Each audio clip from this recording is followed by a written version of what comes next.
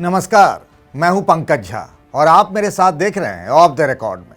UP चुनाव में और चुनाव प्रचार के दौरान हमने ऑफ द रिकॉर्ड में तरह तरह की खबरें दिखाई, लेकिन आज हम फिर से अपने पुराने फॉर्मेट पर लौट रहे हैं। पुराने फॉर्मेट की अगर हम बात करें तो वो कहानी और किस्से जिनकी चर्चा होती नहीं है, यानी किसी मंत्री जी के बेडरूम में क्या हो रहा है, उनके ड्राइंग रूम में क्या हो रहा है, मुख्यमंत्री के 5 कालिदास मार्ग वाले बंगले पर क्या हो रहा है, इसी तरह की कुछ दिलचस्प कहानियां लेकर फिर से आया हूं। अब आप सब जानते ही हैं कि यूपी में बहुत कुछ सेट हो गया है। सेट मतलब मुख्यमंत्री योगी आदित्यनाथ बन गए हैं जो बनना था, उनके साथ तरह तरह 2, 3, 4 करते करते में 2 डिप्टी सीएम बन गए, एक पुराने वाले एक नए वाले पाठक जी आ गए।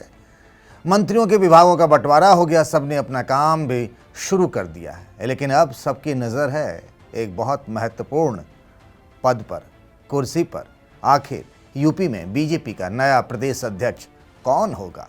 एक कहानी खत्म नहीं होती है कि दूसरी कहानी शुरू हो जाती है। और ये सवाल इसीलिए उठ रहा है क्योंकि स्वतंत्र देव सिंह, जो कि यूपी में बीजेपी के प्रदेश अध्यक्ष हैं, वो अब मंत्री बन गए और उन्हें एक भारी भरकम सा मंत्रालय भी मिल गया है, जल शक्ति मंत्रालय।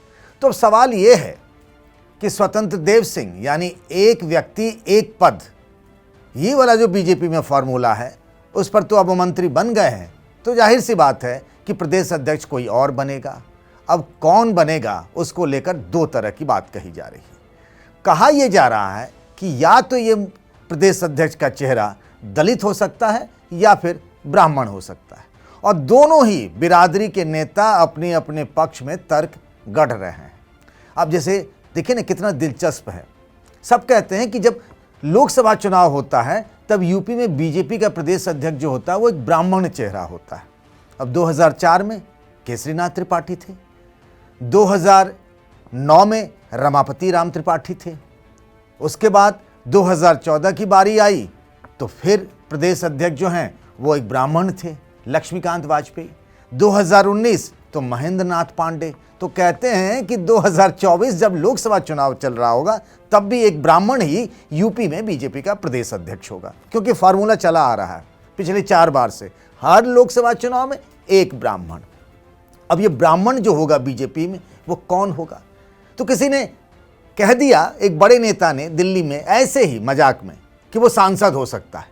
अब भाई ब्राह्मण और सांसद, तो सबके मन में लड्डू फूटने लगे। सबके मन में जी नहीं, सांसदों में भी देखिए किसके मन में लड्डू फूटने लगे। कन्नौज से अपने सुब्रत पाठक हैं, सतीश गौतम हैं। हालांकि कुछ लोग उनको दलित सांसद ही मानते हैं, क्योंकि गौतम टाइटल जो होता है ना, सरनेम, लोग समझ लेते हैं कि वो एससी बिरादरी के होंगे, लेकिन हैं वो ब्राह्मण। अब चूंकि पूर्वांचल से मुख्यमंत्री हो गए, पूर्वांचल से ही जुड़े हुए डिप्टी सीएम भी हो गए, तो भाई पश्चिम को भी तो कुछ मिलना चाहिए ना। तो लोग, सतीश गौतम भी अब उसमें लग गए, उनके मन में लड्डू फूट रहे हैं, सुब्रत पाठक के मन में लड्डू फूट ही रहे हैं। कुछ लोग कह रहे हैं नहीं जी भैया, ऐसा है, सांसद नहीं हो।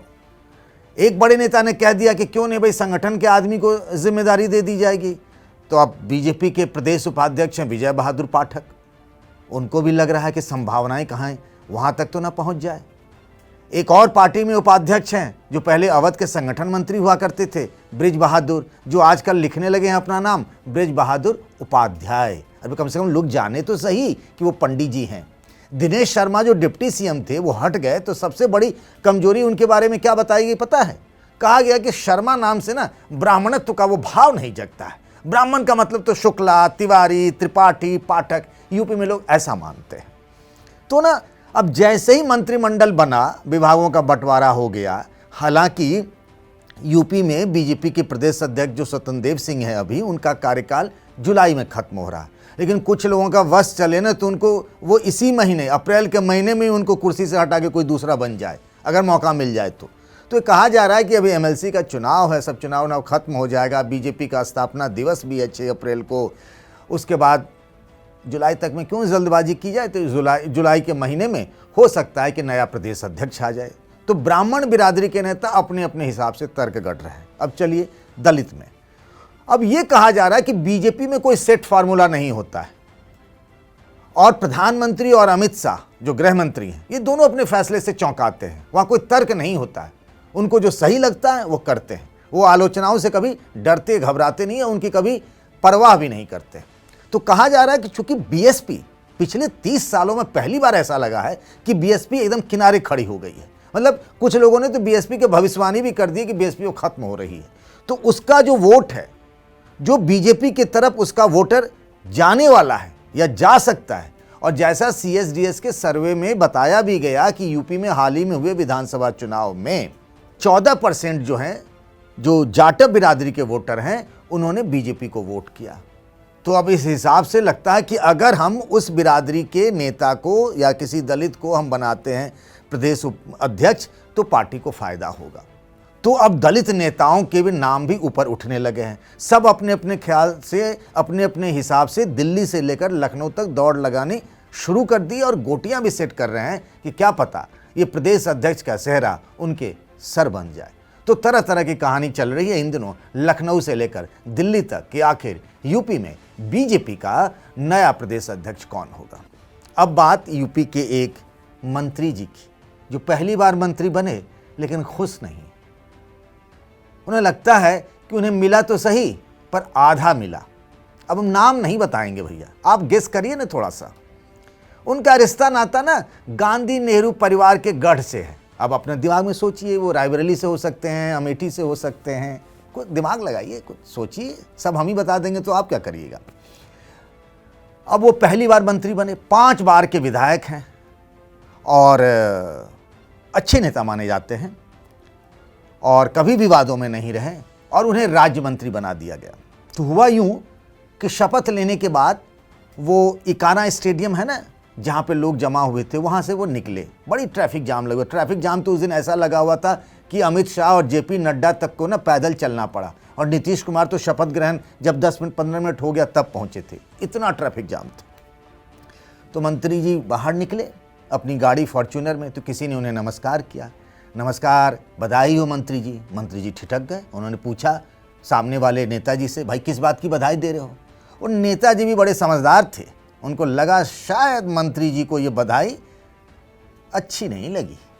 तो उन्होंने कहा भाई सरकार बनने की बधाई, बीजेपी सरकार बनने की बधाई आपको। बोला तब तो ठीक है।